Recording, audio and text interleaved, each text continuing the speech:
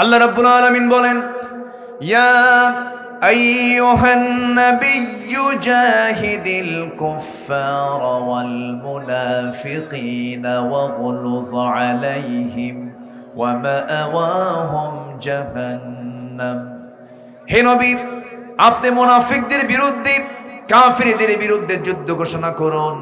ওয়াগলুয আলাইহিম, তাদের ব্যাপারে আপনি কঠোর হন। নরম হলেই বড় বিপদ হয়ে যাবে। এই জন্য মুনাফিকদের ব্যাপারে আল্লাহ নিজেই বলেছেন শিথিলতার কথা না, কঠোরতার কথা। কঠোরতার কথা বলেছেন। মুনাফিকদের সঙ্গে কোনো আপোষ করার কোনো প্রশ্ন আসে না, কোনো প্রশ্ন নাই। মুনাফিকদের ব্যাপারে কোনো শিথিলতার কোনো সুযোগ ইসলাম দেয়নি। শত্রুকে কখনো প্রশ্রয় দিতে ইসলাম মানা করে দিয়েছে। চিন্তা করে দেখুন, এই 16টি বছরের মধ্যে কতগুলো অপকর্ম হয়ে গেল। এর মধ্যে সবচেয়ে বড় অপকর্ম যেটা হলো, মানুষের জীবনের কোনো দাম ছিল না, মানুষকে পাখির মতো গুলি করে মেরে মেরে শেষ করে দিয়েছে। আরে কেমন করে মারলো! এই জুলাইয়ের শেষ সপ্তাহে এবং আগস্টের প্রথম সপ্তাহে কেমন করে মারলো ওরা!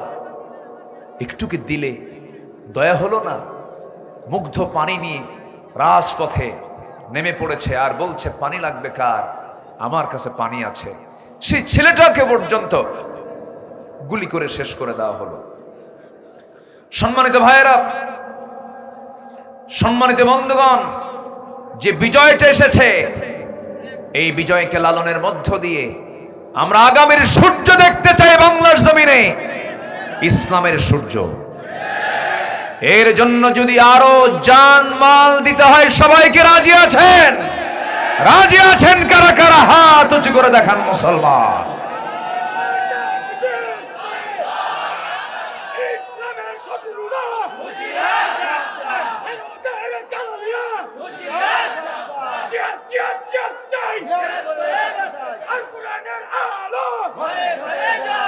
আল্লাহ কবুল করুন, জোরে বলে আমিন।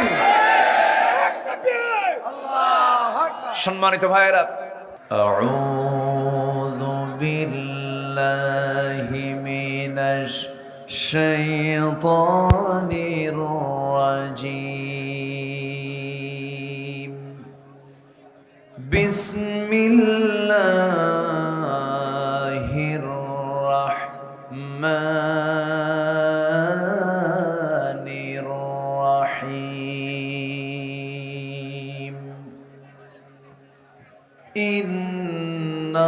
ইন্নাল্লাহা ওয়া মালাইকাতাহু ইউসাল্লুনা আলান নবী ইয়া আইয়ুহাল্লাযীনা আমানু সাল্লু আলাইহি ওয়া সাল্লিমু তাসলিমা।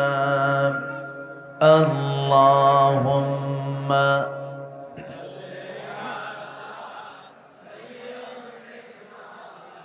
চা অথবা পানি, গরম চা, পানি আনতে চাই বলেছি। এটা আদা হলে আরো ভালো। একটু মহব্বত দিয়ে নবীর প্রেমে মাতোয়ারা হয়ে জবান খুলে আওয়াজ দিয়ে সবাই বলুন আল্লাহুম্মা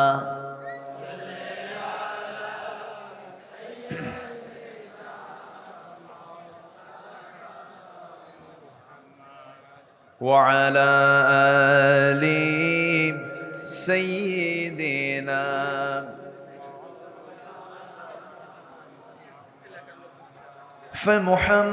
فمحمدنا هو سيدنا،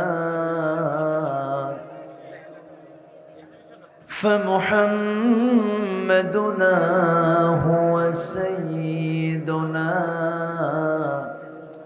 فالعز لنا لإجابته. اللهم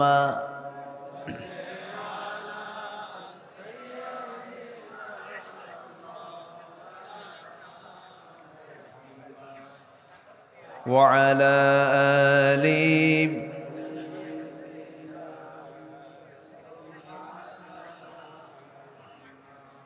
সবাই বলুন বালাগাল উলা বিকামালিহি কাশাফাত তুজা বিজামালিহি হাসনাত জামিউ খিসালিহি।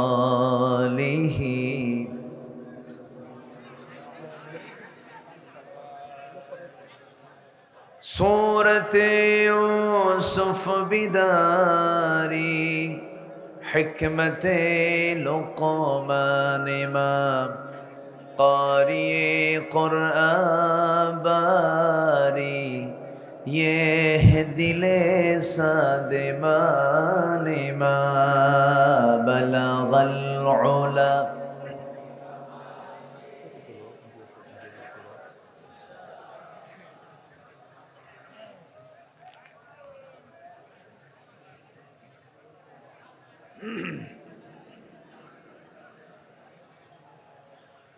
আমি কোরআনের সুর মাঝে শুনেছি যে নাম, আজানের সুর মাঝেও শুনেছি সে নাম।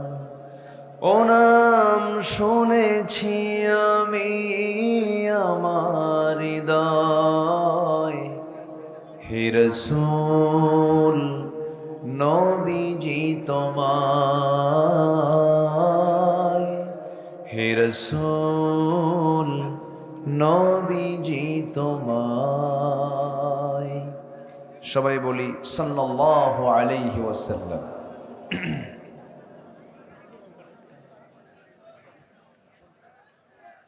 পাবনা জেলার সদর উপজেলার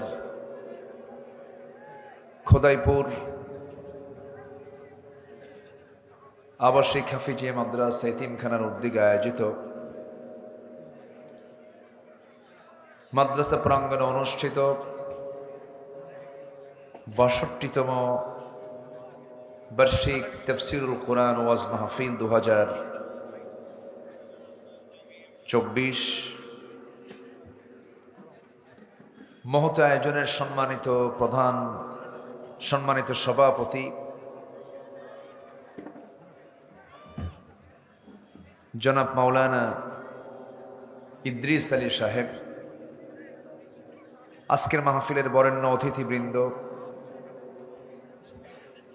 বরেণ্য অতিথি অ্যাডভোকেট শামসুর রহমান শিমুল বিশ্বাস, বরেণ্য অতিথি পাবনা ইসলামিয়া মাদ্রাসার সম্মানিত প্রিন্সিপাল মাওলানা ইকবাল হোসেন, আজকের মাহফিলের বরেণ্য অতিথিবৃন্দ, হযরত উলামায়ে কেরাম, ফদলা ইজম, সুশীল সমাজ, জাতির শ্রেষ্ঠ সন্তান, শিক্ষক মণ্ডলী, জাতির বিবেক সাংবাদিক বৃন্দ, সামনে উপস্থিত, দূরে কাছের বিভিন্ন স্থান থেকে ছুটে আসা কালেমার ঝান্ডাবাহী, তৌহিদের পতাকাবাহী, দ্বীন ইসলামের নরসারদুল বীর মুজাহিদ, প্রাণ প্রিয় সম্মানিত দ্বীনি ভাইরা, আড়ালে বসে আছেন শ্রদ্ধেয়া সম্মানিতা মা বোনেরা। আলোচনার সূচনায় আনুষ্ঠানিকতার মধ্য দিয়ে আমার পক্ষ থেকে আবারও দিল খোলা সালাম, আসসালামু আলাইকুম ওয়া রাহমাতুল্লাহি ওয়া বারাকাতুহু। সালামের জবাবটি দুর্বল মনে হচ্ছে। আসসালামু আলাইকুম ওয়া রাহমাতুল্লাহ। সবাই কেমন আছেন? আমাকে প্রশ্ন করেছেন, আল্লাহ তাআলা আমাকে আপনার সাথেই তো রেখেছেন, একসাথেই তো বসে আছি, ভালো আছি আলহামদুলিল্লাহ।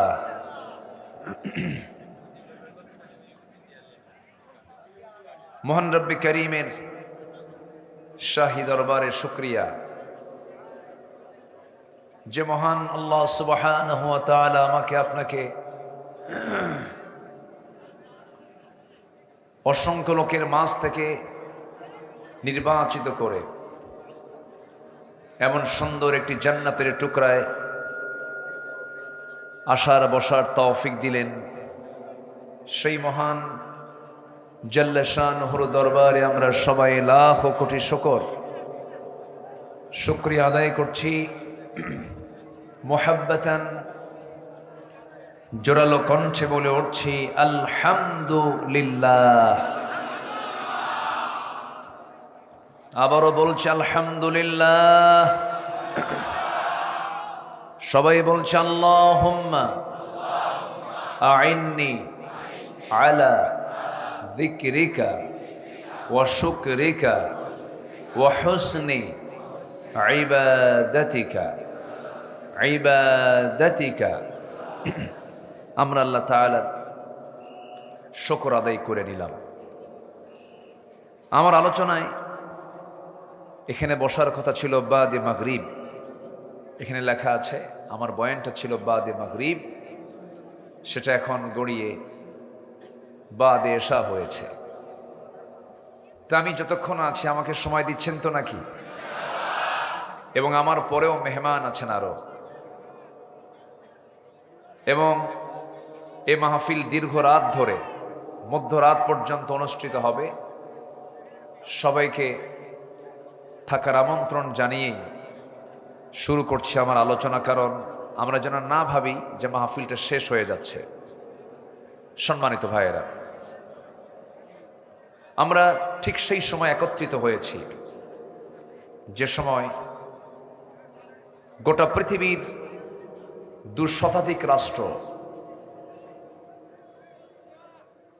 এর মধ্যে 56টি মুসলিম রাষ্ট্র থাকার পরেও 800 কোটি বিশ্বের জনবহুল এই সংখ্যার ভিতরে 180 কোটি মুসলমান থাকার পরেও বিশ্বের শীর্ষ 10টি ধনী তালিকার ভিতরে থাকা 1 নম্বর সহ প্রথম কাতারের ধনী রাষ্ট্র মুসলিম থাকার পরেও প্রাকৃতিক জ্বালানি সম্পদ মুসলমানদের, অধিকাংশ মুসলমানদের নিয়ন্ত্রণে থাকার পরেও গোটা পৃথিবী জুড়ে একটা জাতি সবচাইতে বেশি মার খাচ্ছে। সেই জাতির নামটা কি বলুন তো? বলুন, সেই জাতির নাম কি? মুসলমান।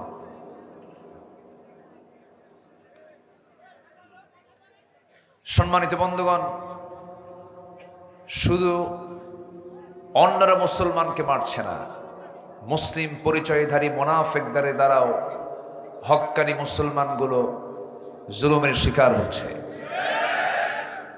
যা দীর্ঘ আমরা 16 বছর পাড়ি দিয়েছি। এই 16 বছর আমরা যা দেখেছি, আমার মাহফিল অঙ্গনের 26 বছরের 16 বছর কেটেছে বিপরীত স্রোতে।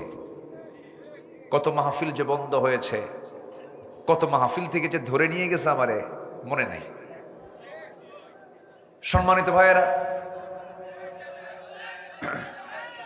এই এরকম কথা বললে তো সমস্যা।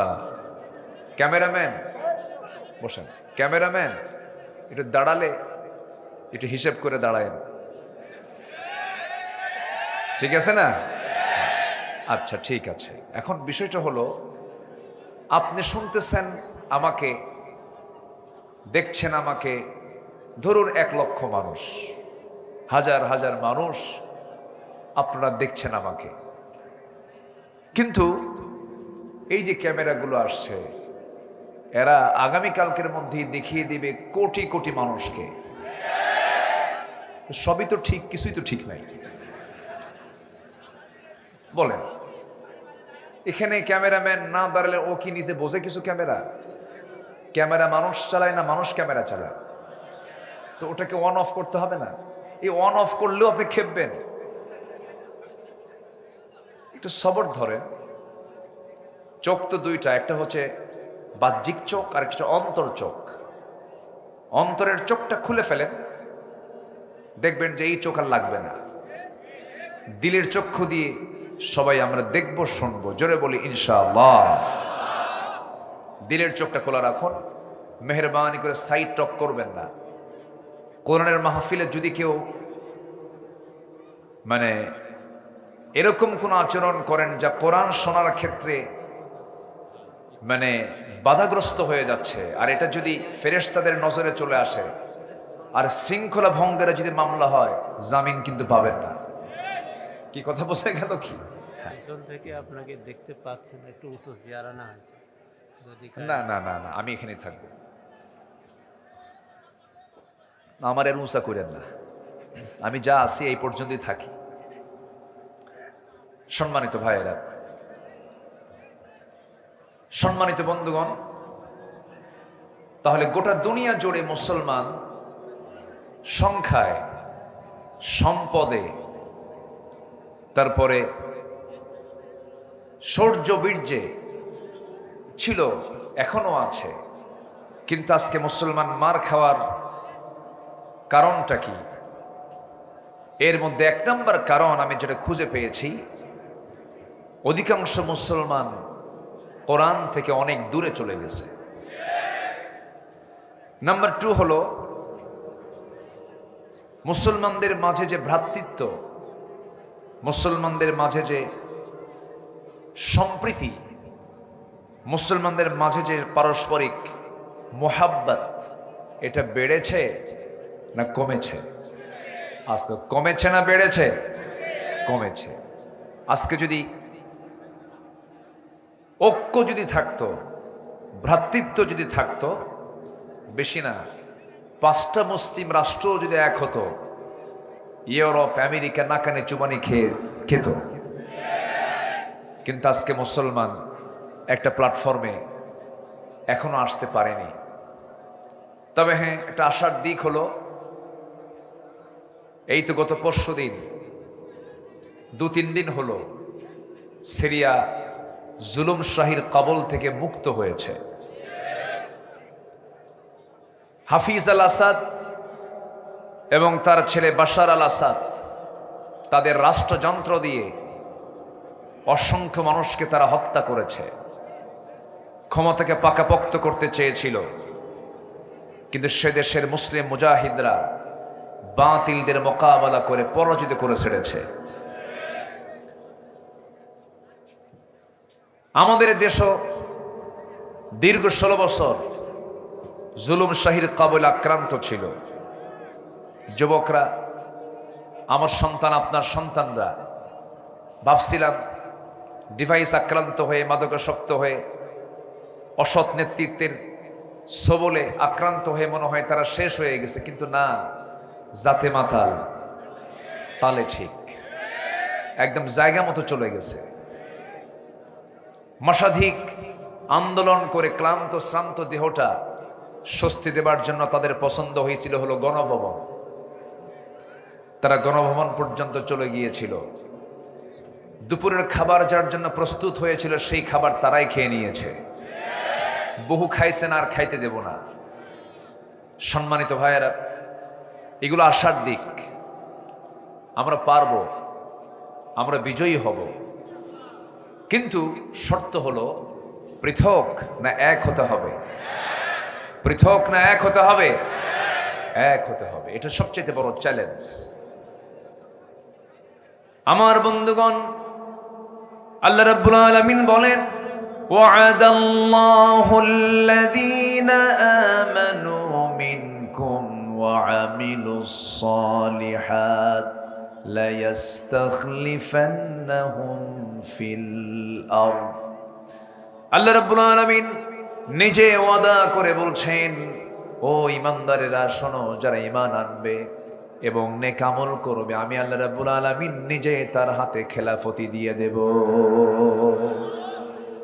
শর্ত হলো ঈমান ভালো করে আনতে হবে এবং নেক আমলগুলো করতে হবে। অনেক তাহাজ্জুদ গুজার আখিরাতে তাহাজ্জুদের নামাজ খুঁজে পাবে না। অনেক হাজি হাসরের ময়দানে তার হজের সওয়াব খুঁজে পাবে না। অনেক নামাজি নামাজের কোনো পুরস্কার সেদিন খুঁজে পাবে না। অনেক ইবাদত করেছে, কিন্তু কোন ইবাদত সেদিন সে আল্লাহর দরবারে কবুল হওয়া পাবে না।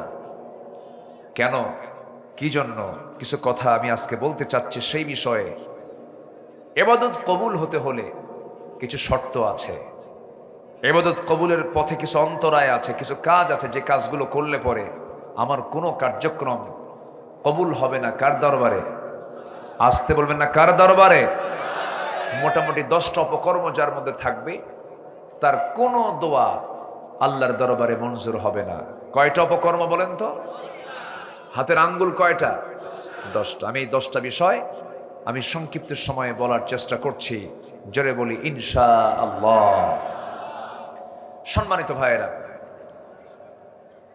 সম্মানিত বন্ধুগণ, মহান রব্বুল আলামিন আমাকে আপনাকে নির্দিষ্ট একটা লক্ষ্য নিয়ে একটা লক্ষ্যে দুনিয়াতে পাঠিয়েছেন। সে লক্ষ্যটা হলো আমাকে আপনাকে অন্য কারো গোলামি করা যাবে না। একমাত্র গোলামি আইন মেনে চলতে হবে। কার? আসতে বলবেন না, কার? আল্লাহ। এটা হচ্ছে এই পৃথিবীতে আল্লাহ পাক যে আমাকে পাঠিয়েছেন, এই লক্ষ্যে পাঠিয়েছেন। যে লক্ষ্যে পাঠানো হলো, সেই লক্ষ্য যদি পূরণ না হয়, আল্লাহ আমাকে ছাড়বেন? আসতে বলছেন, আল্লাহ আমাকে ছাড়বেন? ছাড়বেন না। আপনি একটা কিষান নিয়েছেন, এই জমিটা তুমি আমাকে খনন করে পুকুর করে দাও। তো কিষান 20 জন নিয়েছেন, কিন্তু সেই কিষান জমির মাটি না কেটে অন্যের জমির মাটি কাটলো। পরিশ্রম ঠিকই করলো, কিন্তু আপনি কি তার পাওনা দিবেন? আজ থেকে পাওনা দিবেন? কেন দিবেন না? আপনার জমির মাটি না কেটে অন্যের জমির সে মাটি কেটেছে। ঠিক তেমনি আল্লাহ আমাকে পাঠালেন দুনিয়াতে তার আইন মানার জন্য। আপনি তার আইন না মেনে আপনি আরেকজনের আইন মানলেন, আপনি কি পুরস্কার পাবেন? পাওয়া যাবে না। আমি যার গোলাম, আমার তারই গোলামি করতে হবে। এই 16 বছর সরকারের গোলামি করেছে কিছু 5-8 গোলামগুলো, ঠিক কিনা?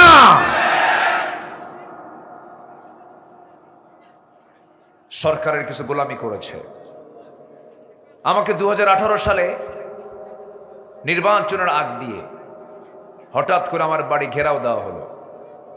আমাকে ধরা হলো, ধরে থানায় নিয়ে যাওয়া হলো। থানায় ওসি সাহেব আমাকে দেখে কান্দে।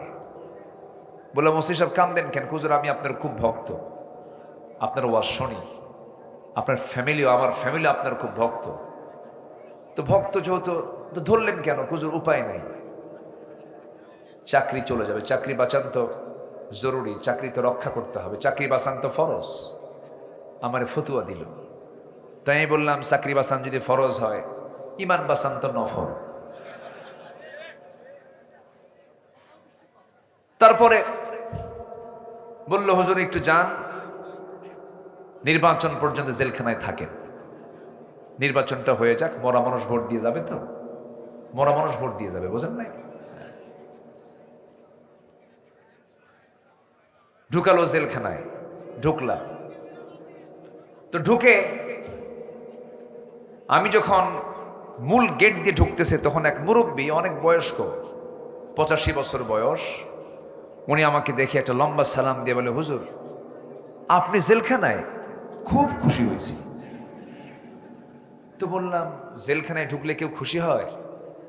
বলতেছে, হুজুর ওয়াজ শুনতে যাই, অনেক দূর থেকে দেখি, খুব শখ হয় মুসাফা করব, একটু আলিঙ্গন করব, একটু সুখ দেখের গল্প করব, তা তো পারি না। খুব ভালো হয়েছে হুজুর, থাকেন। দেখছেন? তা আমি বললাম, তা আপনি এখানে কেন? আপনার বয়স তো 85 বছর, নাতির সঙ্গে সময় দেওয়ার কথা, অবসর জীবনে যাওয়ার কথা। কে বলে, হুজুর কি বলেন, আমি তো বোমা হামলা করছি। কিভাবে? কে মামলা দিছে বোমা হামলার। বলেন তো হুজুর, এই 85 বছর বয়সে এই বুড়া হাতে বোমা মারতে গিয়ে কার মাথায় পড়তে পারে? এরা মামলার আসামির কোটা পূরণ করার জন্য রাস্তার ফকিররে ধরে নিয়েও মামলা দিয়েছে। কি করে নাই তারা? কিন্তু শেষ কথা হলো, জুলুম করবে যে বিপদে পড়বে সে। এটাই হলো শেষ কথা। জুলুম করবে যে বিপদে পড়বে সে। এখন কি শুধু বিপদে? হ্যাঁ, ফেরেশতাগুলো কই? কোনো ফেরেশতা নাই, সব চতুর্থ আসমান, কেউ নাই। এখানকার স্থানীয় এমপি মহোদয় আমাকে ফোন দিয়ে বলে আপনি পাবনায় ঢুকবেন না, এটা আমার। চিন্তা করা যায়, জমিন কোনো ব্যক্তির হতে পারে? বলে এটা আমার অঞ্চল, ঢুকতে পারবেন না। যখন বলেছিল রাজাকারের নাতিপুতিরা চাকরি পাবে, এগুলো অহংকারের কথা। অহংকার যখন কারো মধ্যে ঢুকে যায়, পতন তার অপরিহার্য হয়ে পড়ে। পতন হয়নি? পতন হয়নি? হয়েছে। অহংকার করা যাবে না। সাইয়েদনা ওমর ফারুক রাদিয়াল্লাহু তাআলা আনহু একটা দুইটা রাষ্ট্র না, 40টা রাষ্ট্রের তিনি রাষ্ট্রপ্রধান ছিলেন। কয়টা? এখন প্রেজেন্ট ওয়ার্ল্ডে তার এরিয়া হয়ে গেছে 40টা রাষ্ট্র। এই 40 রাষ্ট্রের রাষ্ট্রপ্রধান তিনি বসে আছেন, তার সামনে একজন সাহাবী এসে একটা হাদিস বর্ণনা করছেন, যার মধ্যে যাররা পরিমাণ অহংকার থাকবে সে জান্নাতে ঢুকবে না। এই হাদিস যখন তার কানে যখন সুন্দর করে যখন ওই সাহাবী শুনিয়ে দিলেন, সাইয়েদনা ওমর ফারুক চট করে তিনি মাটিতে পড়ে লুটে লুটে কাঁদতেছেন, শিশুর মতো কান্নায় ভেঙ্গে পড়লেন। গোটা শরীর তার ধুলায় মলিন হয়ে গেল। বলা হলো, ওমর এমন করে কান্দো কেন? তিনি বলছেন, আমি একজন রাষ্ট্রপ্রধান, অর্ধ দুনিয়া আমি চালাই। মাঝে মাঝে আমাকে যখন কেউ শাসক বলে ডাকে, খলিফা বলে যখন ডাকে, তখন মনে হয় আমি একজন খলিফা, কিন্তু আমার মন বলছে, আমার মনে হয় ভিতরে অহংকার আমার ঢুকে গেছে। বারবার চোখের পানি ফেলে ইস্তিগফার পড়ছিলেন, আর আকাশের দিকে দুটো হাত তুলে দোয়া করে বলছেন, আয় আল্লাহ তাআলা, আমার তো মনে হয় গোটা দুনিয়ার সকল মানুষকে তুমি জান্নাত দিয়া দিয়া যদি বলো একটা বান্দা শুধু জাহান্নামে যাবে, আমার মন বলছে সে একটা বান্দা জাহান্নামে অন্য কেউ হবে না, আমি ওমর হব। নিজেকে কি ছোট মনে করেছেন তারা? নিজেকে তারা কত বড় আসামি মনে করতেন, কি ছোট্ট হয়ে চলতেন, নিজেকে নগণ্য ভাবতেন। সাইয়েদনা আবু বকর রাদিয়াল্লাহু তাআলা আনহু যখন তার খেলাফত আমল, রাতের বেলা জনগণকে দেখতে যেতেন খালি পায়ে। কি পায়ে? খালি পায়ে। সাইয়েদনা ওমর ফারুক বললেন, খালি পায়ে আপনি রাস্তায় হাঁটতেছেন, ঝুঁকিপূর্ণ পথ, পাথরের সঙ্গে ধাক্কা লেগে চামড়া ফেটে রক্ত বের হয়ে যাবে, কষ্ট পাবেন আপনি জুতা কেন পরেন না রাতের আধারে? সাইয়েদনা আবু বকর সিদ্দিক রাদিয়াল্লাহু আনহু চোখের পানি ফেলতে ফেলতে বলছে, ভাই ওমর, জুতা পায়ে আমি হাঁটতে পারি, কিন্তু জুতা পায়ে যখন হাঁটবো, আমি খরম জুতা দিয়ে যখন আমি হাঁটবো, একটা আওয়াজ বের হয়ে যাবে। সে আওয়াজে যদি এই জনপদের কোন ঘুমন্ত ব্যক্তির, কোন নাগরিকের, ঘুমন্ত নাগরিকের যদি ঘুম ভেঙে যায় আমার পায়ে হাঁটার আওয়াজে, কিয়ামতের দিন আমি আবু বকর আসামের কাঠগড়ায় দাঁড়িয়ে তারা জবাব দিতে হবে। জনগণের ঘুম যেন নষ্ট না হয়, পায়ের জুতা খুলে প্রথম খলিফা পায়ে হেঁটে খালি পায়ে হাঁটেন। আর নেতা আসিবেন পাবনা, ঢাকা হইতে, সিরাজগঞ্জের মোড় থেকে গাড়ি চলাচল সকাল থেকেই বন্ধ। মুজাহিদ ক্লাব পর্যন্ত, টেবুনিয়া পর্যন্ত কোনো গাড়ি ঘোড়া চলবে না। প্রেসিডেন্ট আসিতেছেন। কি আমি কি বুঝাতে পারতেছি?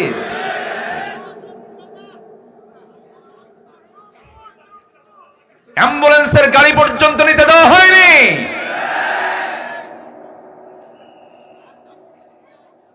নেতার আগমনে যদি একটা মরা লাশ দাফনের দেরি হয়, এই সমস্ত নেতৃত্বের মুখে আমরা জুতা মারি, থুতু মারি। ভাবতেছেন রেকর্ড আমার কাছে নাই? সব রেকর্ড আছে। বাড়ি পাবনা না হতে পারে, কিন্তু পাবনার ভাবনা আমার কাছে আছে।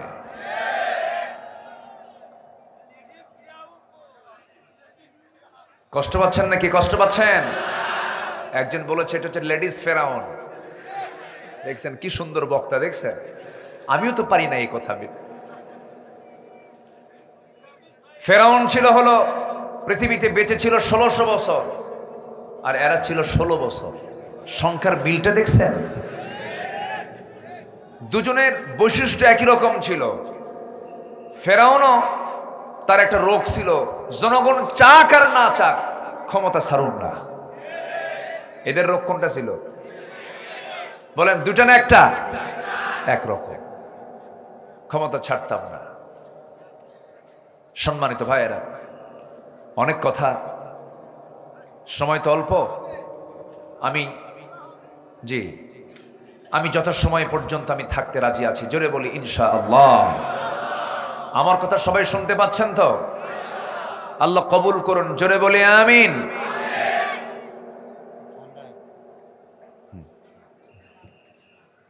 সম্মানিত ভাইয়েরা, তাহলে ইবাদত কবুল হতে হলে 10টা অপকর্ম ছাড়বো আমরা। 10টা অপকর্ম, 10টা অপরাধ আমাদের জীবনে নিয়ে আসা যাবে না। 1 নম্বর হলো মুনাফিকি। 1 নম্বর কি বলেন? মুনাফিক তো পাবনায় নাই? হ্যাঁ, মুনাফিক পাবনায় আছে? আচ্ছা, হ্যাঁ না, যারা আছে তারা আছেই, তবে কিছু বের হয়ে গেছে। তবে মুনাফিকটা এটা এমন একটা বিষয়, নিফাকতা মুক্ত সবাই এমনটা বলা কিন্তু মুশকিল। যেরকম মুনাফিককে চেনার 1 নম্বর আলামত হলো ইন্নাল মুনাফিকিনা লাকাযিবুন, মুনাফিকরা মিথ্যা বলে। এখানে আমরা যারা বসে আছি কেউ তো কোনোদিন মিথ্যা বলি নাই, আসতে কয়। তাহলে এখন নখ যাচ্ছে কোন দিকে? এখন নখ যায় কোন দিকে? নিচের দিকে, নিচের দিকেই কিন্তু চলে যাচ্ছে। এক সাহাবী কান্দে, বাড়ি থেকে বের হলেন আর নিজেকে গালি দিয়ে বলতেছেন, না ফাকা হানজালা, না ফাকা হানজালা, না ফাকা হানজালা। এই কথা বলতে বলতে নবীর দরবার পর্যন্ত চলে গেলেন। রাসূল বলছেন, হানজালা তুমি কি বলছো? তুমি তো মুনাফিক হও নাই। হুজুর, আমি আপনার সামনে যখন বসে থাকি দুনিয়ার কোনো কথা মনে থাকে না, আমার সব দুনিয়া মাইনাস হয়ে যায়। কিন্তু আমি আপনার দরবার ছেড়ে যখন বাড়ি ফিরে যাই, বউ বাচ্চার সামনে দাঁড়াই, দুনিয়ার কথা মনে হয়ে যায়। দুনিয়ার চিন্তা মাথায় চলে আসি, পারিবারিক চিন্তা মাথায় চলে আসে। আমার মন বলছে আমি মনে হয় মুনাফিক হয়ে গেছি।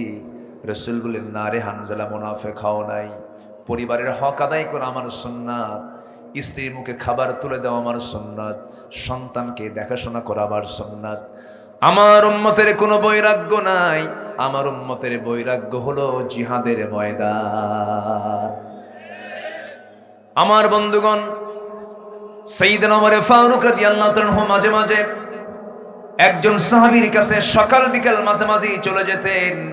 যে সাহাবীকে রাসূল দায়িত্ব দিয়েছিলেন, একটা দায়িত্ব, তার হাতে একটা লিস্ট ছিল, মুনাফিকদের তালিকা ছিল। ওই মদিনার মুনাফিক কারা কারা, তাদের তালিকা একটা সাহাবীর কাছে রাসূল রেখে দিয়েছিলেন। সেই সাহাবীর কাছে ধারণা দিয়ে মাঝে মাঝে ওমর ফারুক বলতেন, ভাই দেখো তো ওই তালিকার মধ্যে আমি ওমর, আমার নামটা আছে কিনা। এই জন্য আমার বন্ধুগণ, মুনাফিকের আলামত যতগুলো, সব আলামতগুলো আমার জীবন থেকে মাইনাস করতে হবে। মিথ্যা কথা বলা যাবে না, এটা কার আলামত? বলেন বলেন বলেন বলেন বলেন।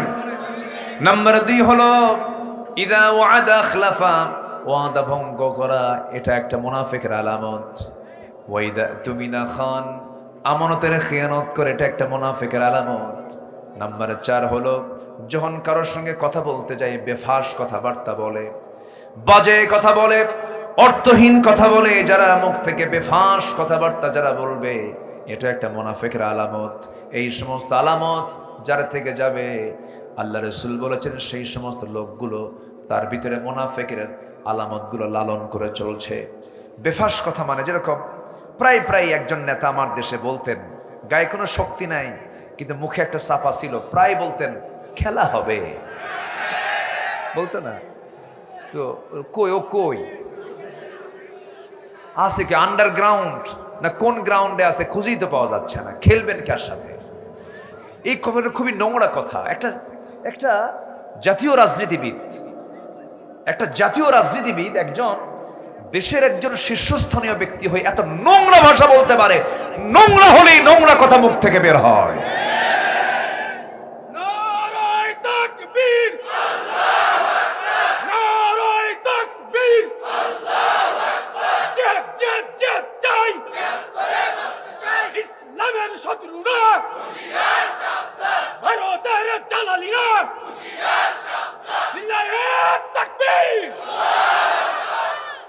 সম্মানিত ভাইয়েরা, তাদের চাপা কি ছিল? ওরে বাপরে ভাই, এক একজন এক একটা চাপাবাজ। দিনের কোনো জ্ঞান নাই। ফতুয়া মারে আগামীকাল ঈদুল আজহার জানাজা নামাজ। কি মনে আছে আপনাদের? এক মন্ত্রী তার বাচ্চা বুড়া বয়সে বিয়ে করছে, বাচ্চা একটা হয়েছে ওই কুমিল্লার ওইদিকে, অনেকদিন আগের কথা।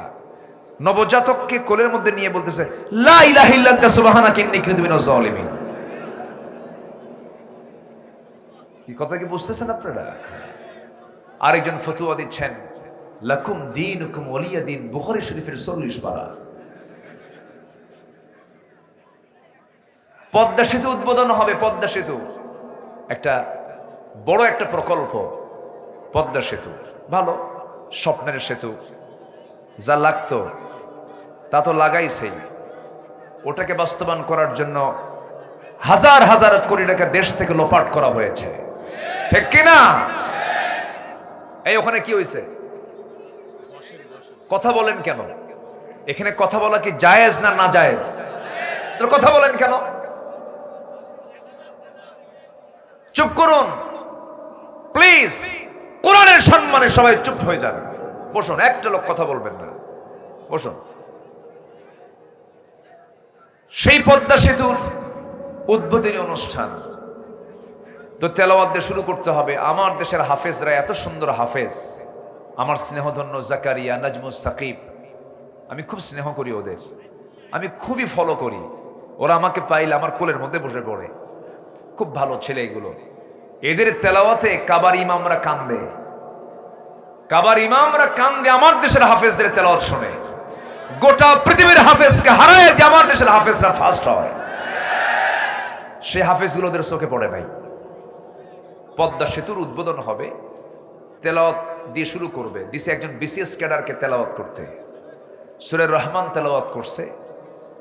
এমন তেলাওয়াত করছে শয়তান কয় তোর চাইতে আমার তেলাওয়াত ভালো আছে।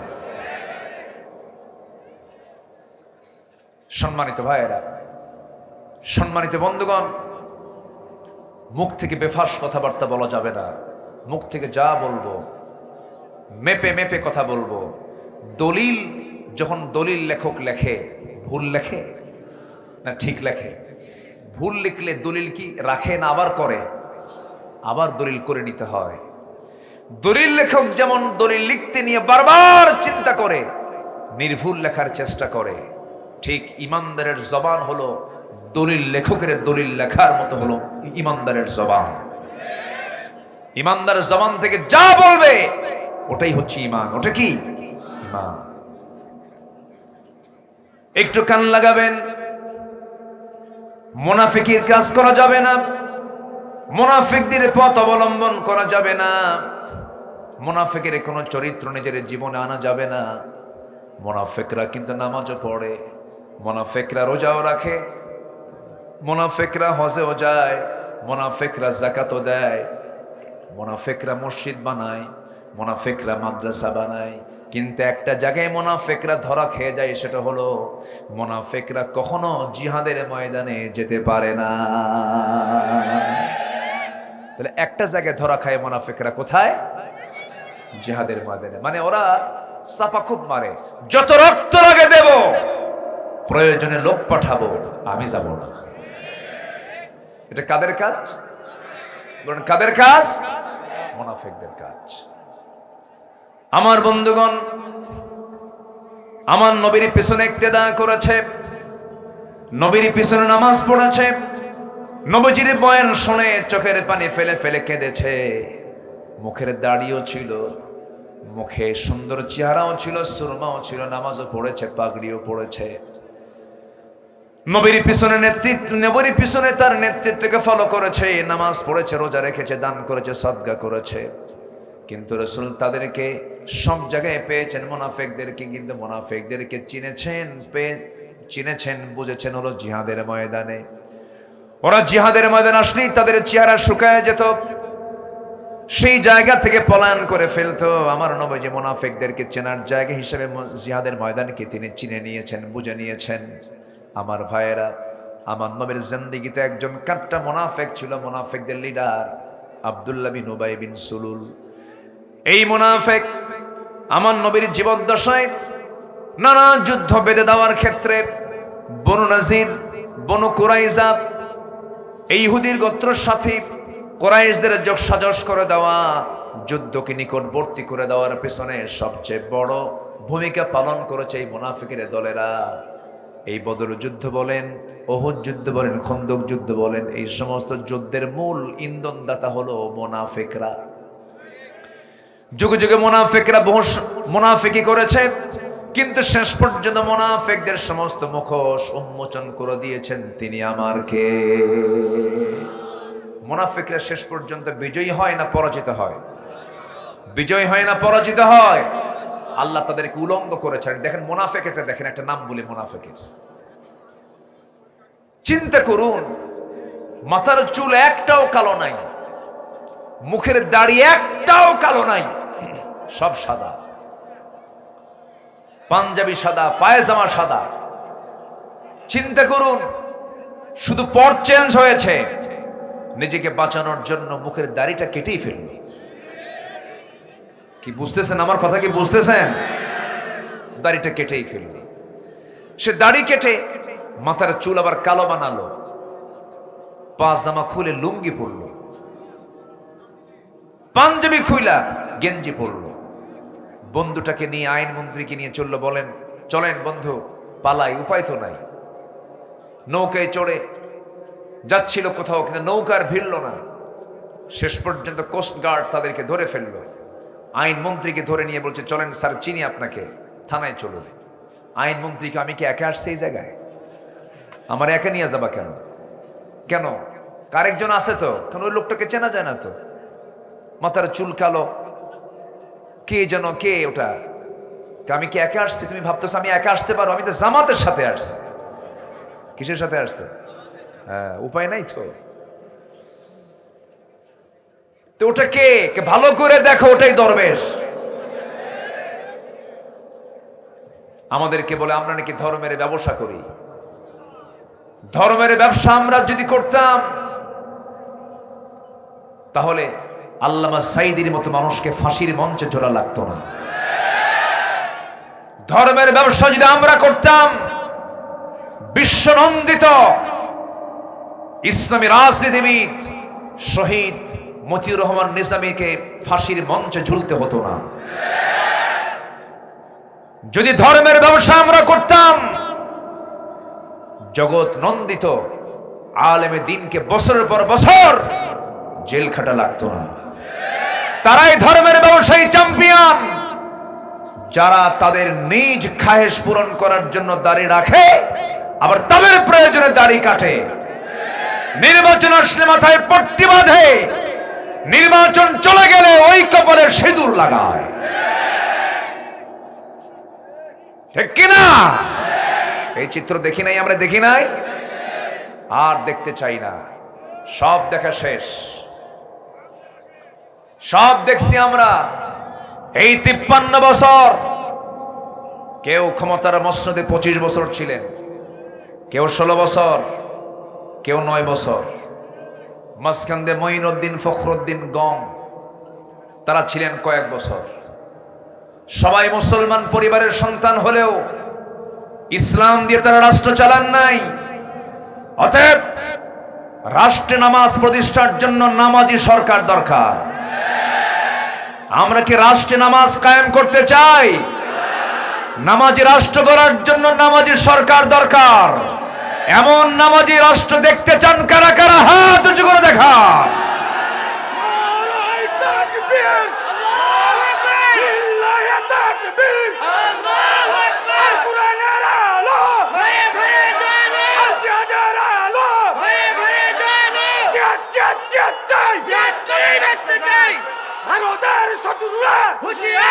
আল্লাহ কবুল করুন, জোরে বলি আমিন।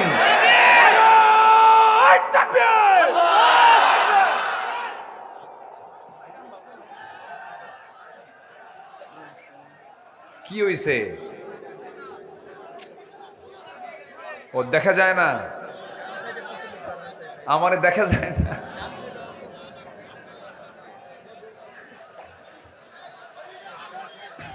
হ্যাঁ, ও ভরে গেছে। আচ্ছা, গোটা মাঠ ভরে গেছে, টুইটম্বর অবস্থা। রাখেন না, মাইক দিয়ে না, মাইক দিয়ে না। আমার দিকে তাকান, সবাই চিৎকার মেরে বলেন তো, ইয়া আল্লাহ, ইয়া আল্লাহ, ইয়া আল্লাহ। আর কোন আওয়াজ হবে না। শয়তান যদি কোনো অসওয়াসা করতে চায়, সেই সময় কার নাম নেব আমরা? আল্লাহর নাম। একটু চুপ থাকুন, আপনি কথা বললে আমার কথা হবে না তো, একটু বসো। তাহলে ইবাদত কবুল হতে হলে 10টা অপকর্ম ছাড়তে হবে। নাম্বার 1 হচ্ছে কি ছাড়তে হবে? বলেন কি? মুনাফিকি। আমার বন্ধুগণ, এই মুনাফিকরা রাসূলকে অশান্তির মধ্যে রেখে দিয়েছিল, নবীজিকেও শান্তিতে থাকতে দেয় নাই। নবীজির পারিবারিক জীবনকে তারা অসহনীয় করে তুলেছে বারবার। আমার বন্ধুগণ, আমার নবীর পিছনে নামাজ পড়েছে তারা, আবার শত্রুতা করেছে তারা আড়ালে আড়ালে। মুনাফিকদের যে কোনো দোয়া কবুল হয় না, মুনাফিকদের যে কোনো ইবাদত কবুল হয় না। ছোট্ট একটা ইতিহাস মনে পড়ে গেল। আমার নবীজির ওই জীবদ্দশায় মুনাফিকদের নেতা নবীর জীবদ্দশাইতে সে দুনিয়া থেকে বিদায় নিয়ে নিল। মুনাফিকের একজন সন্তান ছিলেন আমার নবীর খুব প্রিয় সাহাবী। নবীর কাছে এসে কেন্দে কেন্দে বলছেন, ইয়া রাসূলুল্লাহ, আমি জানি আমার বাবা খারাপ মানুষ ছিলেন, মুনাফিক ছিল, কিন্তু আমার তো বাপ হয়। ইয়া রাসূলুল্লাহ, আমি আপনার কাছে এসেছি, আমার বাবার গোসল সম্পন্ন করেছি, দয়া করে আপনি যদি আপনার পরনের জুব্বা যদি দিতেন আমি খুব খুশি হতাম। নবীজি তার গায়ের একখানা জুব্বা সাহাবী বলার কারণে তার হাতে তুলে দিলেন। সাহাবী করলেন কি, মুনাফিক বাবার গায়ে নবীর জুব্বা গায়ে তুলে দিলেন। কিছুক্ষণ পরে সে বলছেন, ইয়া রাসূলুল্লাহ, আমার বাবা তো দুনিয়া থেকে বিদায় নিয়েছেন, কাফনের কাপড় পরিয়ে দিয়েছে, জানাজা এখনো হয় নাই। হুজুর, আমি সন্তান হয়ে বাবার জন্য তো একটু কামনা করতেই পারি। আমার বাবা মুনাফিক ছিলেন, কিন্তু আপনার কাছে কামনা হুজুর, দেখুন তো আমার বাবার জানাজায় যাওয়া যায় নাকি। আমার নবীজি বলেন, সাহাবীরে, তুমি আমার প্রিয় সাহাবী যখন বলে ফেললে, যাও, আমি তোমার বাবার জানাজায় চলে যাব। রাসূল জানাজায় হাজির হলেন। পিছন থেকে ওমর ফারুক রাদিয়াল্লাহু তাআলা আনহু নবীজির জুব্বা টানতেছেন আর বলছেন, হুজুর, মুনাফিকের জানাজা কেমন করে পড়াবেন আপনি? মুনাফিকের জানাজা না পড়ালেই ভালো হয়। রাসূল বলছেন, ওমর রে, আমার প্রিয় সাহাবীর বাপ মারা গেছে, আমি কেমন করে মানা করি, আমারে কিচ্ছু বলো না। আমার নবীজি জানাজা সম্পূর্ণ করলেন, সঙ্গে সঙ্গে আল্লাহর পক্ষ থেকে ফয়সালা হয়ে গেল, ইস্তাগফির লাহুম আও লা তাস্তাগফির লাহুম ইন তাস্তাগফির লাহুম ৭০ মাররাতান ফালান ইয়াগফিরাল্লাহু লাহুম। হে রাসূল, আপনি তাদের জন্য ক্ষমা চান অথবা না চান, আপনি যদি ৭০ বারেরও বেশি বারও ক্ষমা চান, কোনো কাম হবে না। কারণ মুনাফিকদের কোনো দোয়া তাদেরও নয়, তাদের জন্য যারা দোয়া করবে তাদের কোনো দোয়া আল্লাহর দরবারে মঞ্জুর হবে না। এত বড় মারাত্মক একটা জাত হলো মুনাফিক। আল্লাহ রাব্বুল আলামিন বলেন, ইয়া আইয়ুহান নাবিয়্যু জাহিদিল কুফফারা ওয়াল মুনাফিকিনা ওয়াগলুয আলাইহিম ওয়া মাআওয়াহুম জাহান্নাম। হে নবী, আপনি মুনাফিকদের বিরুদ্ধে কাফিরদের বিরুদ্ধে যুদ্ধ ঘোষণা করুন। ওয়াগলুদ আলাইহিম, তাদের ব্যাপারে আপনি কঠোর হন। নরম হলেই বড় বিপদ হয়ে যাবে। এই জন্য মুনাফিকদের ব্যাপারে আল্লাহ নিজেই বলেছেন শিথিলতার কথা না কঠোরতার কথা। কঠোরতার কথা বলেছেন। মুনাফিকদের সঙ্গে কোনো আপোষ করার কোনো প্রশ্ন আসে না, কোনো প্রশ্ন নাই। মুনাফিকদের ব্যাপারে কোনো শিথিলতার কোনো সুযোগ ইসলাম দেয়নি। শত্রুকে কখনো প্রশ্রয় দিতে ইসলাম মানা করে দিয়েছে। চিন্তা করে দেখুন এই 16টি বছরের মধ্যে কতগুলো অপকর্ম হয়ে গেল। এর মধ্যে সবচেয়ে বড় অপকর্ম যেটা হলো, মানুষের জীবনের কোনো দাম ছিল না, মানুষকে পাখির মতো গুলি করে মেরে মেরে শেষ করে দিয়েছে। আরে কেমন করে মারল! এই জুলাইয়ের শেষ সপ্তাহে এবং আগস্টের প্রথম সপ্তাহে কেমন করে মারল ওরা! একটু কি দিলে দয়া হলো না? মুগ্ধ পানি নিয়ে রাজপথে নেমে পড়েছে আর বলছে পানি লাগবে কার? আমার কাছে পানি আছে। সেই ছেলেটাকে পর্যন্ত গুলি করে শেষ করে দেওয়া হলো। সম্মানিত ভাইয়েরা, সম্মানিত বন্ধুগণ, যে বিজয়টা এসেছে, এই বিজয়কে লালনের মধ্য দিয়ে আমরা আগামীর সূর্য দেখতে চাই বাংলার জমিনে, ইসলামের সূর্য। এর জন্য যদি আরো জান মাল দিতে হয়, সবাইকে রাজি আছেন? রাজি আছেন কারা কারা? হাত উঁচু করে দেখান মুসলমান।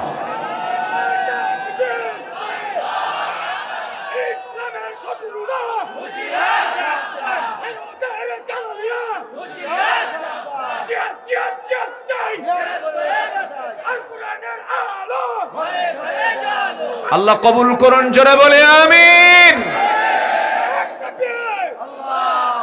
সম্মানিত ভাইয়েরা, তাহলে মুনাফিকের যে আলামত গুলো আছে, এই আলামতকে আমাদের ভিতরে রাখতে চাই।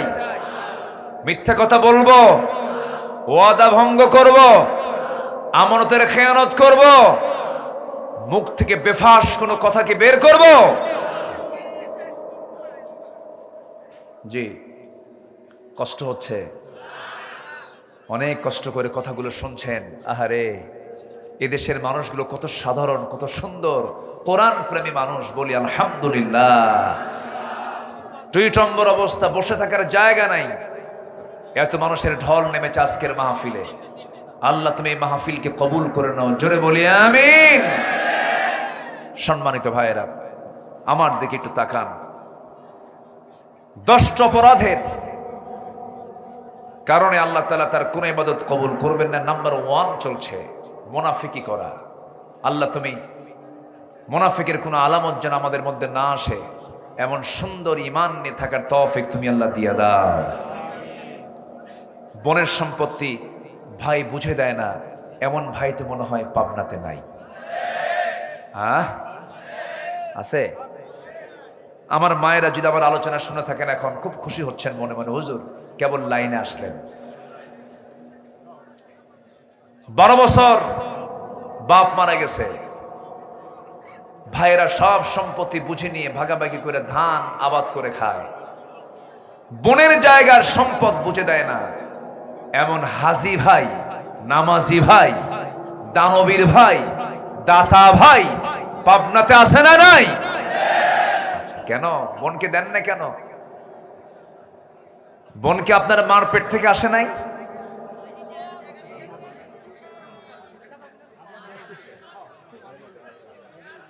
জি, এই থামেন না, থামেন।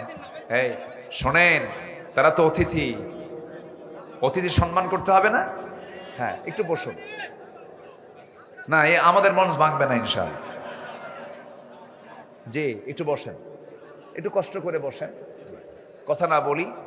মঞ্চটা থাকতে হয় নীরব। আমি তো মনে করি মঞ্চে কোনো লোকই থাকা ঠিক না, খালি কানাকানি হয়। এটা আলোচকের আলোচনা একটু বিঘ্নিত হয়। একটু চুপচাপ থাকেন, একটু মেহেরবানি করে। আমি লক্ষ্য করছি প্রায় প্রায় কথাগুলো হয়। একটু মেহেরবানি করে একটু চুপ থাকেন। জি, হ্যাঁ, জি, একটু বসুন, আমার দিকে তাকান। এই বলা যাবে না, আমার দিকে তাকান।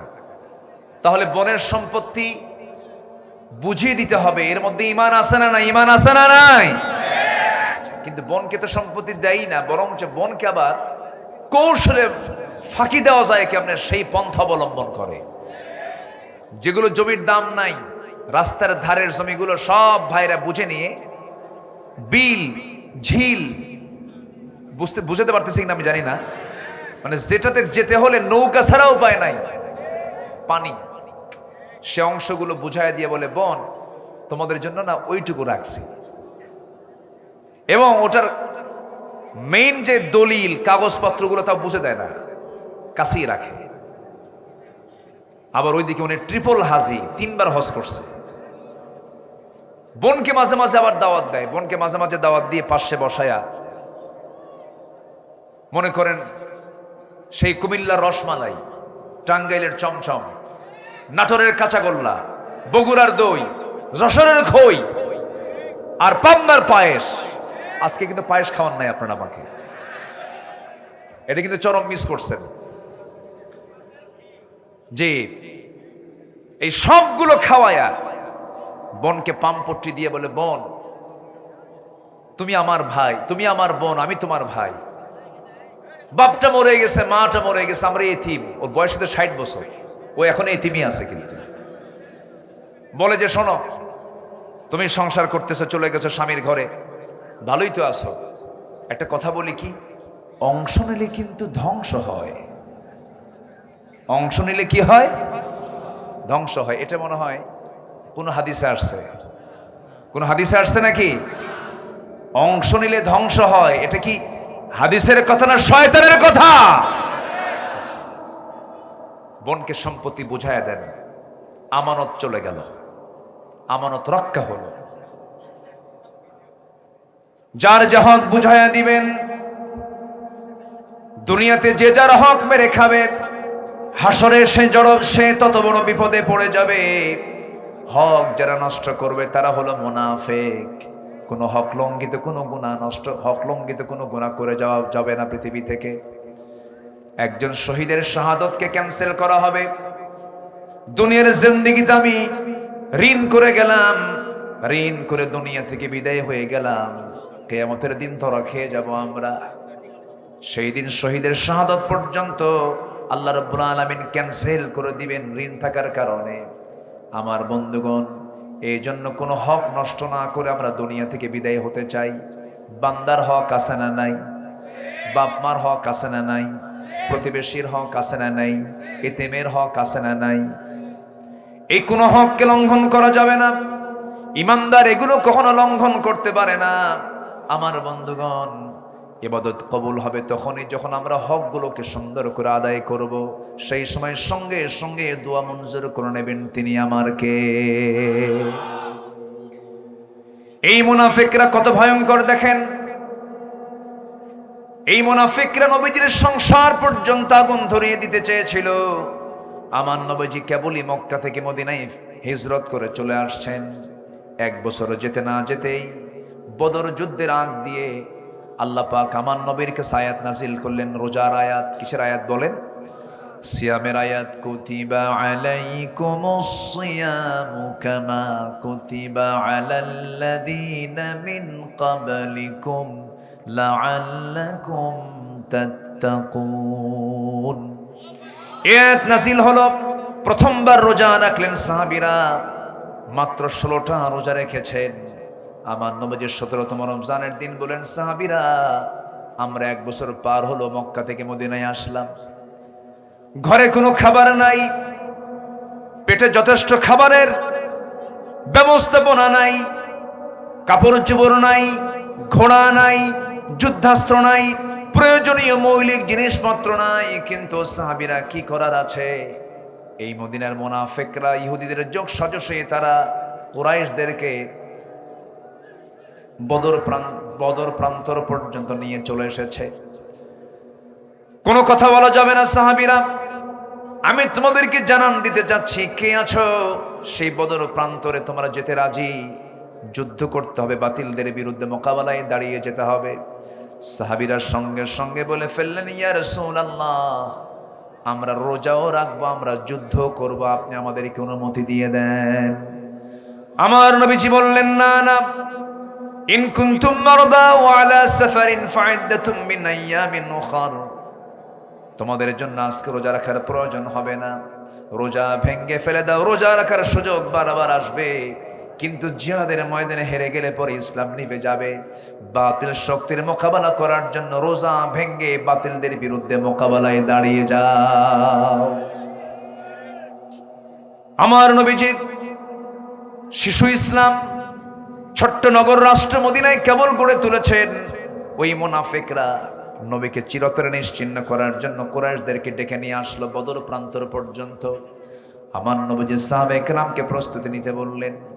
ওইদিকে 1000 সৈন্য নিয়ে আবু জেহেল সমরাস্ত্রে সজ্জিত হয়ে, অস্ত্রে শস্ত্রে সজ্জিত হয়ে লোহিত সাগরের পাশ দিয়ে ঘেসে ঘেসে বদর প্রান্তর পর্যন্ত যখন পৌঁছে গেছে, আমার নবীজি বললেন, সাহাবীরা কারা কারা আমার সঙ্গে যুদ্ধে যাবে? নবীজি তরবারি দিতে পারলেন না সবাইকে, খেজুর গাছের ডাল হাতের মধ্যে তুলে দিলেন। ছোট্ট ছোট্ট বাচ্চারাও যুদ্ধে যেতে চাইলো। আমার নবীর সামনে ছোট্ট 2টা বাচ্চা নবীর সামনে দাঁড়িয়ে বলছে, হুজুর যুদ্ধের নাকি ডাক এসেছে, যদি পারমিশন দিতেন, আমরা আফরার ছেলে 2জন, মদিনার একজন আফরা, তার ছেলে হচ্ছে আমরা, যদি অনুমতি যদি দিয়ে দিতেন আমরা যুদ্ধে যেতাম। নবীজি বললেন, না, যেতে পারবা না, বয়স নাই, ফিটনেস নাই, ছোট্ট তোমরা তরবারি হাতে নিতে পারবা না। বড়জন বলে, হুজুর আমি তো ওর চাইতে লম্বাই বড় আছে, আপনি আমাকে পারমিশন দিয়ে দেন। রাসূল বললেন, না না, দেওয়া যাবে না। ছোটজন সঙ্গে সঙ্গে বলছে, হুজুর আপনি যদি আমার বড় ভাইকে পারমিশন দেন, আমাকেও পারমিশন দিতে হবে, কারণ ও লম্বাই বড় হতে পারে কিন্তু গায়ের শক্তি আমার বেশি। নবীজি একটা মুচকি হাসি মারলেন। মুচকি হাসি মেরে 2 সন্তানকে বললেন, দেখি তো তোমরা কুস্তি লড়াই করো, দেখি কে ফার্স্ট হয়। 2জনকে কুস্তি লড়াই করতে দিলেন। বড়জন ছোটজনকে ফেলে দিল নিচে। ছোটজন বড় ভাইয়ের কানের মধ্যে মুখ ঢোকায় বলছে, ভাই রে, খাই একসঙ্গে, ঘুমাই একসঙ্গে, খেলাধুলা করি একসঙ্গে, আমাকে ছেড়ে দিয়ে তুমি একা একা যুদ্ধ করবে কেমনে? আমার কি যুদ্ধে যাওয়ার শখ হয় না? তোমার গায়ের শক্তি একটু কমায়া দাও। ও ভাই, তোমার বুকের উপরে একবার উঠে বুঝায় দেই শক্তির দেখতে আমিও কোনো অংশে কম নই।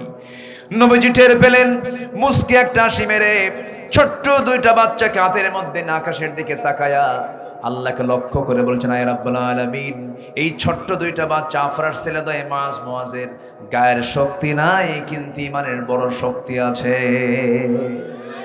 পারমিশন দিয়ে দিলেন। 11 বছর 13 বছর সেই বদর যুদ্ধের দিন আমার নবীজি মদিনা থেকে 80 মাইল দূরে বদর নামক প্রান্তর। আমি মক্কা মদিনায় যতবার গিয়েছি, আমি বদর প্রান্তরে গিয়েছি, আমি মক্কা মদিনায় যতবার গিয়েছি, আমি শুহাদায়ে উহুদ দেখেছি। বারবার যাই, বারবার সে জায়গায় গেলে পরে আগের স্মৃতিচারণ হয়ে যায়। প্র্যাকটিক্যাল দেখলে পরে তার প্রতি যে আকর্ষণ কমে না বাড়ে, আসতে কমে না বাড়ে। আল্লাহ প্রত্যেক ভাইদেরকে এই সমস্ত জায়গায় জিয়ারা করার তৌফিক দান করুন। জোরে বলি আমিন, আরো জোরে আমিন। ইন্নাস সাফা ওয়াল মারওয়াতা মিন শাআইরিল্লাহ, ইন্নাস সাফা ওয়াল মারওয়াতা মিন শাআইরিল্লাহ। আমার বন্ধুগণ, একটু কান লাগাবেন। নবীজি একটা সময় যুদ্ধের দিকে রওনা করলেন। তারা কোথায়? 1000, এইদিকে 313 জন, ঘোড়া নাই, তরবারি নাই, কিচ্ছু নাই, যুদ্ধ অস্ত্র নাই। নবীজি রওনা দিয়েছেন। সাহাবীরা 16টা রোজা রেখে দুর্বল হয়ে গেছেন, রোজা রেখে দুর্বল হয়ে গেছেন। এইদিকে খাবার না পেয়ে আরো দুর্বল হয়ে গেছেন। বদর যুদ্ধের দিন আমার নবীজি সাহাবায়ে কেরাম কিনে যেই পাশে দাঁড়ায় ছিলেন, সেই জায়গাটা ছিল হলো উঁচু, সেই জায়গাটা ছিল হলো বালুর জায়গা, হাঁটু পর্যন্ত বালু গেড়ে যায়। সাহাবীরা বলছেন, ইয়া রাসূলুল্লাহি, যুদ্ধ করব কেমনে? কদম তো মজবুত নয়, পাগুলো ডেবে আছে বালুর ভিতরে। আমার রাসূল আকাশের দিকে তাকায়া 2টা হাত উঁচু করে দোয়া করলেন, ও আল্লাহ সাহায্য করো। ওয়ালাকাদ নাসারাকুমুল্লাহু বিবাদরিন ওয়া আনতুম আদিল্লাহ। আল্লাহ সাহায্যের হস্ত প্রসার করলেন। হাজার হাজার ফেরেশতা দিয়ে আল্লাহ মুজাহিদদের সহযোগিতা করেছেন। জোরে বলি সুবহানাল্লাহ। সেই যুদ্ধের ময়দানে ওই ছোট্ট 2টা বাচ্চার সামনে দাঁড়ায় আছে। এক সাহাবীকে ডাক দিয়ে বলে, চাচা, যুদ্ধ করতে আসছে, সবার বিরুদ্ধে নয়, কার বিরুদ্ধে কও?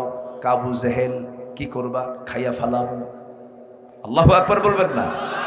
কেন এত রাগ তার উপরে? ছোট্ট 2টা বাচ্চা বলতেছে, এত রাগ হওয়ার মূল কারণ হলো আমাদের প্রাণের প্রিয় রাসূলকে সে নাকি চরম কষ্ট দিয়েছে, মার দিয়েছে, রক্তাক্ত করেছে। আমাদের বড় শখ এই লোকটাকে দুনিয়া থেকে আমরা বিদায় করে দেব। ওই সাহাবীকে বলতেছে বারবার, একটু দেখায় দেন সেই লোকটাকে।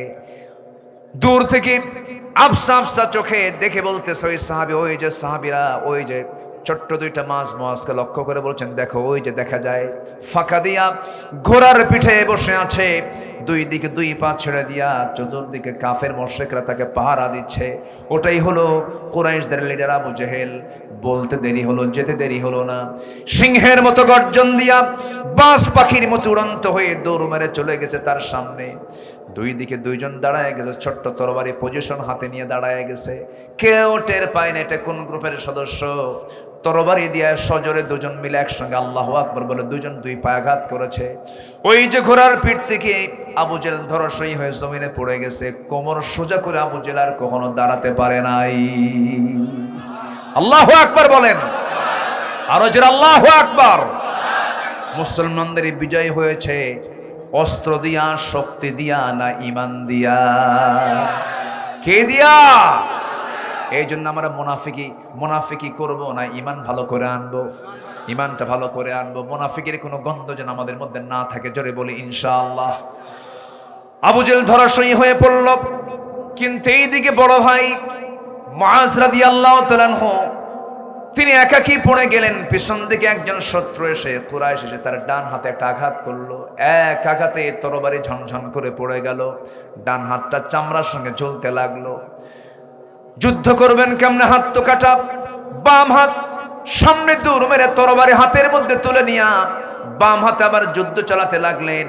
কিন্তু ঝুলন্ত চামড়ার সঙ্গে ঝুলন্ত হাতটা বারবার এসে বাম হাতে ধাক্কা খায়, ডিস্টার্ব হয় মনে করে।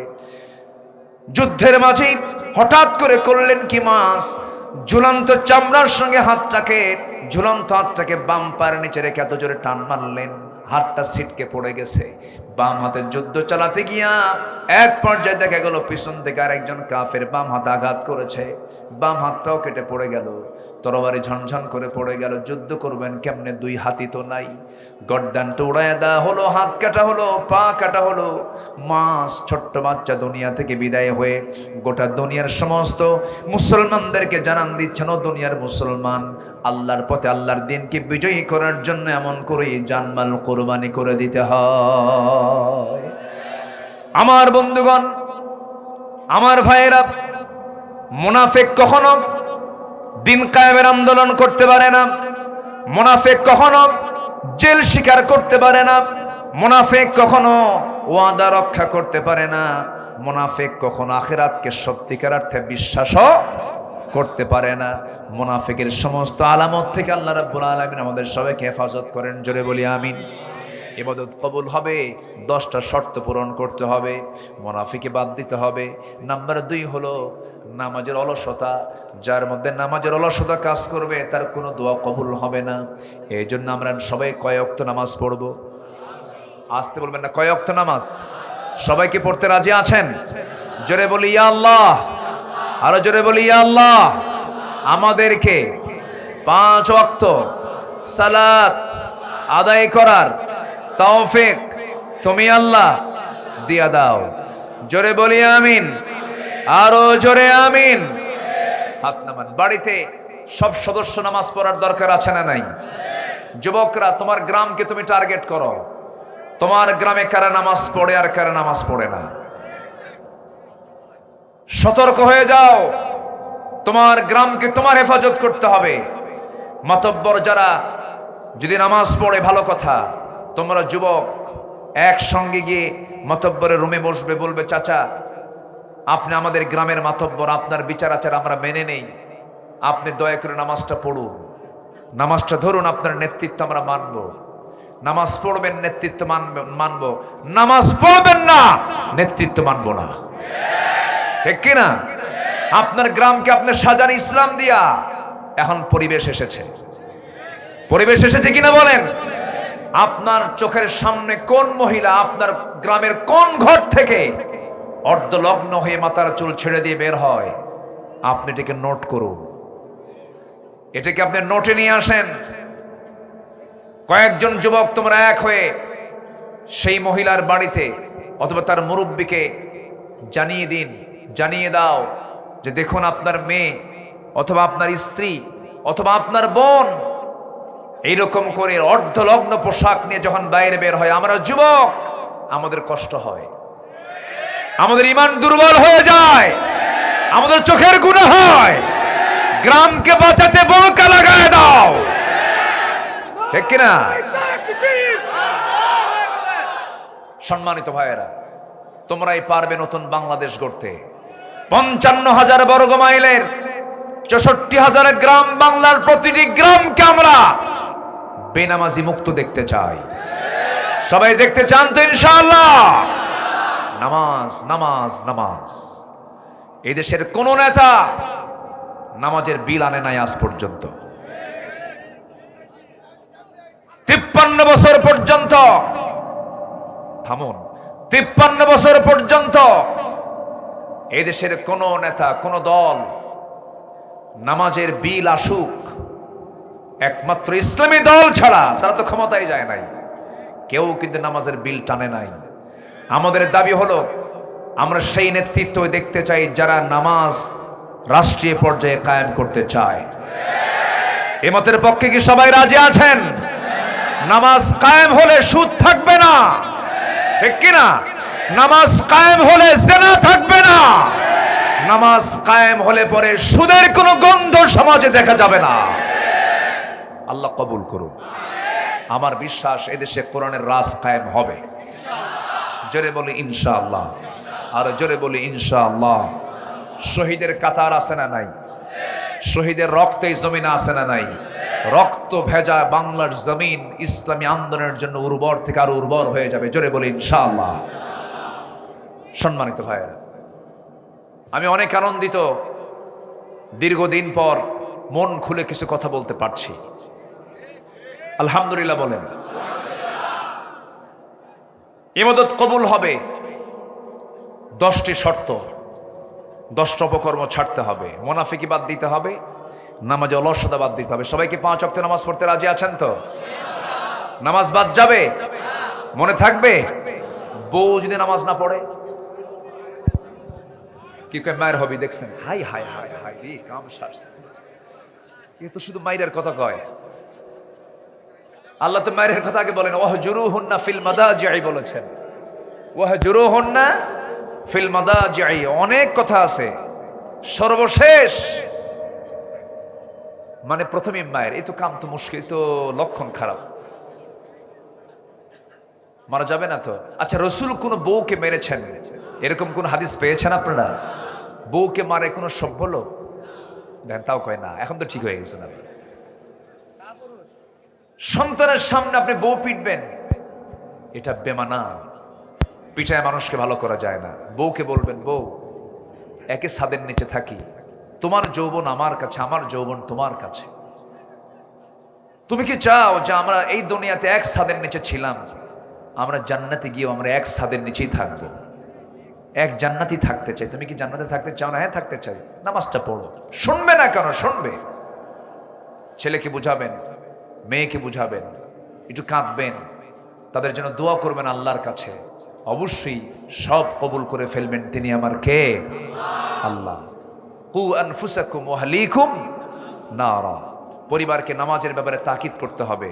পড়ার জন্য যদি বলি 2 বার, নামাজের জন্য বলবো 10 বার, ঠিক কিনা? পড়ার জন্য যদি বলি 1 বার, নামাজের জন্য বলবো 5 বার। নামাজ পড়ার চাইতে বড় পড়ার কিছু নাই, ঠিক কিনা বলেন? পড়াশোনা কিছু বাদ দিয়েছে, সমস্যা নাই। নামাজ বাদ দিয়েছে, ফাকাদ কাফার, সে কুফরি করেছে, সে মারাত্মক অপরাধ করেছে। এই জন্য পরিবারে দেখা যায় পড়ার জন্য যে শাসন হয়, নামাজের জন্য সে শাসন হয় না। আমি কি ভুল বলতেছি? শিক্ষার জন্য যে গুরুত্ব হয়, পর্দার জন্য সেই গুরুত্ব দেওয়া হয় না। ষোড়শী মেয়ে বোরকা পরে না, মা বোরকা পরে বের হয়। মা কি পরে বের হয়? বোরকা পরে বের হয়, আর মেয়েটাকে অর্ধলগ্ন করে বাইরে বের করে যুবকদের ঈমান নষ্ট করার জন্য। এগুলো খেয়াল করতে হবে। যুবকরা নোংরামি করবা না। বিয়ের আগে কোনো প্রেম নাই কিন্তু, ঠিক তো মাহফিলে, কিন্তু বাইরে তো ঠিক থাকো না। বিয়ের আগে কোনো নোংরামি করা যাবে না, বিয়ের আগে প্রেম হয় না, বিয়ের আগে হয় হলো জেনা, বিয়ের পরে প্রেম হয়, বিয়ের পরে কি হয়? প্রেম হয়। বিয়ের আগে কি হয়?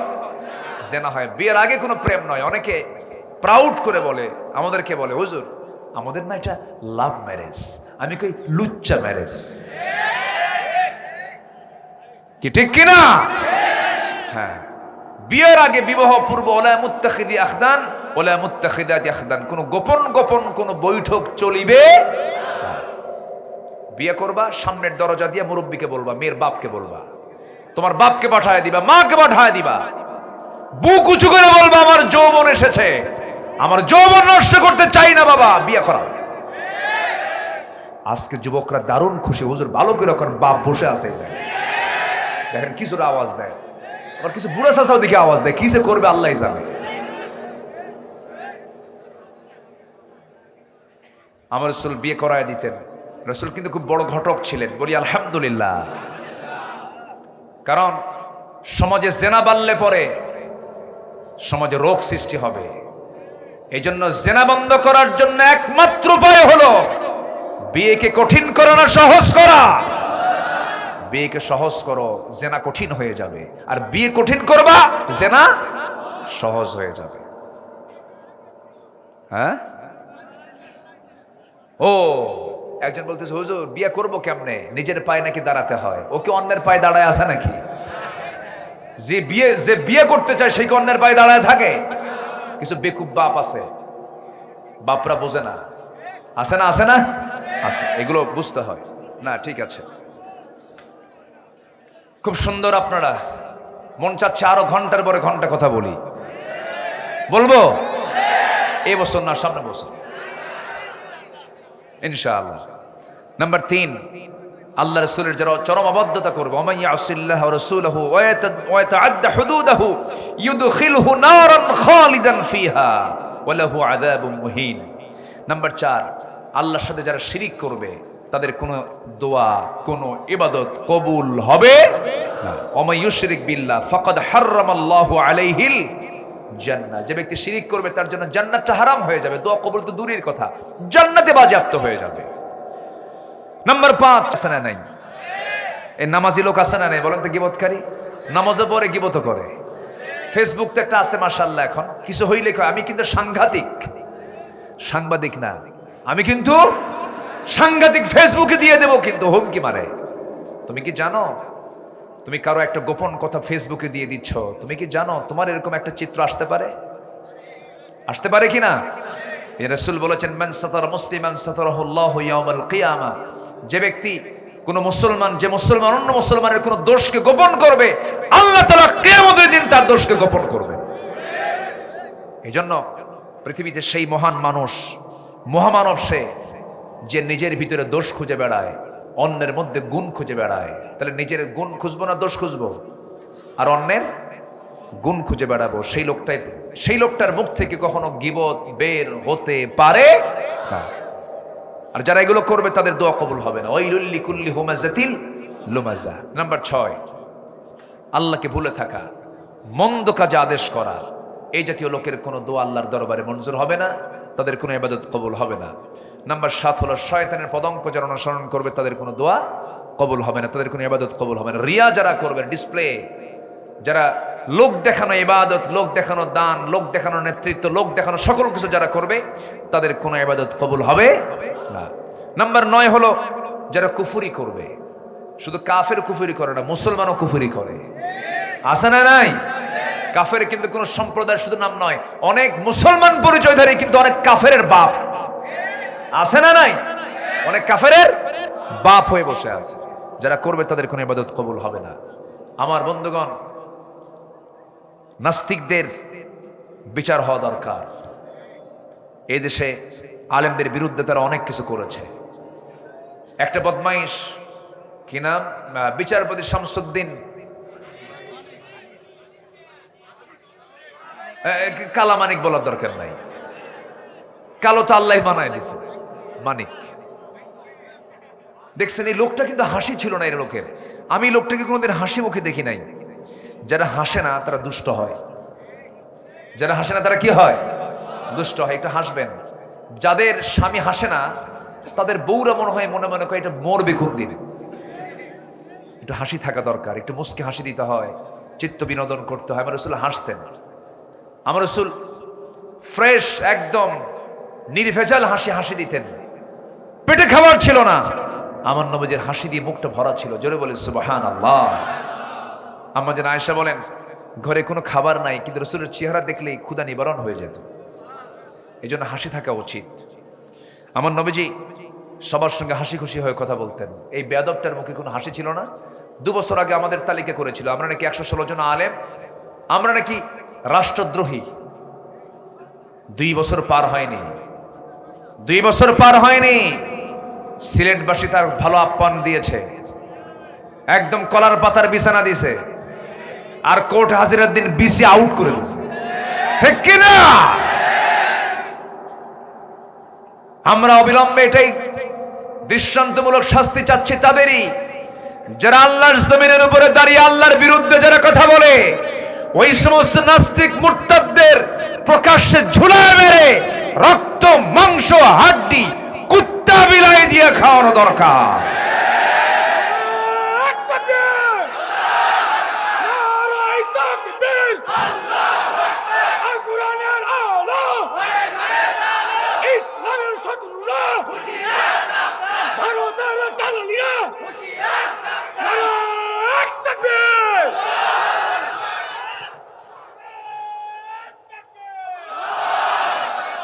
সম্মানিত ভাইয়েরা, জি কে উঠবেন না, মেহমান আছেন। বিশেষ করে আমার অত্যন্ত প্রিয় ভাইজান মাওলানা জহুরুল ইসলাম খান, না উনি আছেন না? উনি আসছেন তো? জি উনি আছেন, উনি আলোচনা করবেন। আমার স্নেহধন্য, আমার অনুজ, আমার অত্যন্ত কাছের, যদিও আমার অনেক ছোট, আমির হামজা, উনিও আসবেন। থাকবেন না? থাকবেন না?